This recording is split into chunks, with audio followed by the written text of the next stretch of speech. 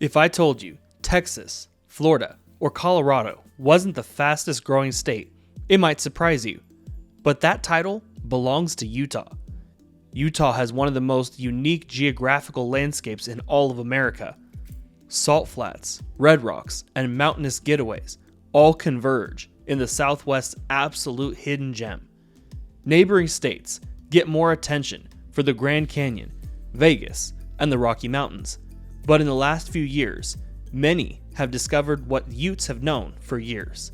Let's get better acquainted with Utah to see why so many have recently decided to call this state home. Utah is one of the most tax-friendly states in all of America. Income tax is under 5%.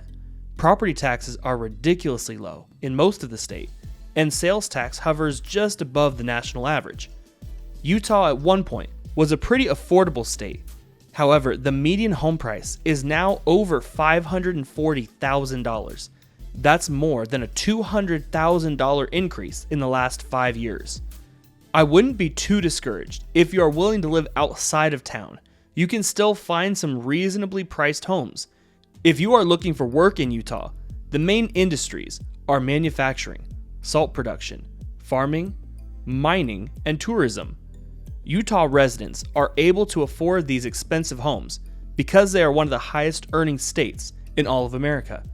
The people here are very independent and entrepreneurial, and they do quite well for themselves. The violent crime rate in Utah is 30% lower than the nation's average.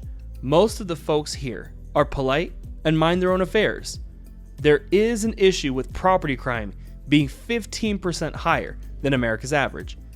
Now, from what I heard, Utah prosecutes more cases than other states would, so maybe they aren't quite as bad as the numbers suggest. We don't have to spend too long on politics. Utah is a very conservative state.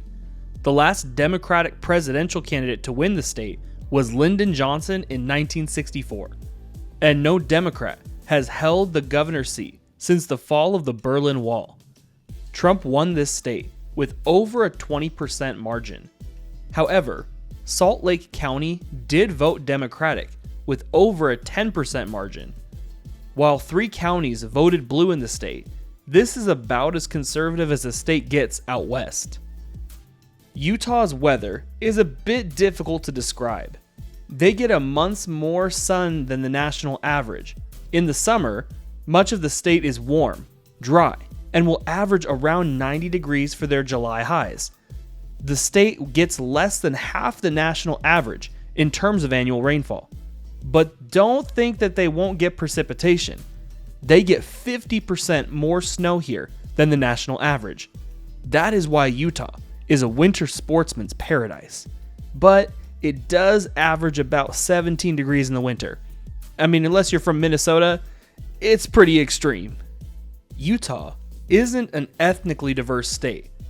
The population is 76% white, 15% Hispanic, 1.5% black, just under 3% are of Asian descent, 1.5% of residents are Native American, over 1% of residents are Hawaiian or Pacific Islander, and 3% of residents are 2 or more races. While Utah isn't generally diverse, they have one of the highest percentages of Hawaiian or Pacific Islander populations in all of America. There is a long history of Mormon missions in the Pacific Islands, and many have found their way back to Utah. Many consider Utah to be a boring state, and frankly, there isn't a lot of variety in terms of what to do. They don't have thriving nightlife or a great food scene, and they only have the Utah Jazz and MLS for their professional sports teams. However, don't sleep on the local breweries and their intense love affair with the University of Utah's sports teams. I went to the Pac-12 championship game to cheer on my USC Trojans, and their fans exhibited 4 quarters of passion and politeness too. I accidentally sat in the Utah section, and I actually had a great time until the game went downhill. Utah is really geared toward those who love the outdoors, want a strong community to raise a family in, and are looking for great earning potential. So what do people do here? Utes spend a lot of time outside. There are a lot of great places to golf, walk, and get out on the water. If you are more adventurous, you probably want to go hit the trails at one of their 5 national parks, or venture to a nearby destination like LA, Las Vegas, Arizona, Wyoming, and Colorado. There are so many places you can easily drive around the state, or it's a short drive or flight to these other destinations. If you've been to one of Utah's national parks, you can attest that they are well worth the effort to get to. In the towns, many people really value community involvement, education, and a hard day's work. Now, let's take a closer look at some notable areas, and I'm saving my favorite recommendation for last. If you want to live in town, Salt Lake is the obvious choice. They have the most job opportunities, entertainment, and a lot of community involvement opportunities through church, the school system, and volunteering for political groups. If you want to move to Utah and aren't sure where to set down your roots, this is probably the best starting point. You will live in a place with more opportunities. You can head down the 15 or out east to explore more of the state. And it's also close to Park City, one of the world's premier winter sports destinations.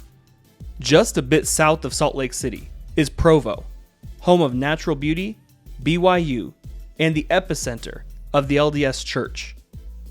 This is a picturesque town, nestled in the mountains, but they are big enough to still have all the resources you need. The only time you would have to make the hour drive to Salt Lake would potentially be for cheaper flights and specialized medical care. Homes are more affordable here than Salt Lake, or even the state average as well. If you head south down the 15, St. George would be my personal choice and where I would live in Utah. It's not often a city might be best for retirees and young adventure lovers, but St. George just might be that. St. George is extremely safe. They have a drier climate with less precipitation, and they are located conveniently close to many of the Southwest's best attractions. Vegas, Bryce Canyon, and Zion National Park are within 2 hours drive. That also means if you want to travel, one of the airports with the cheapest fares in the country is also your home base.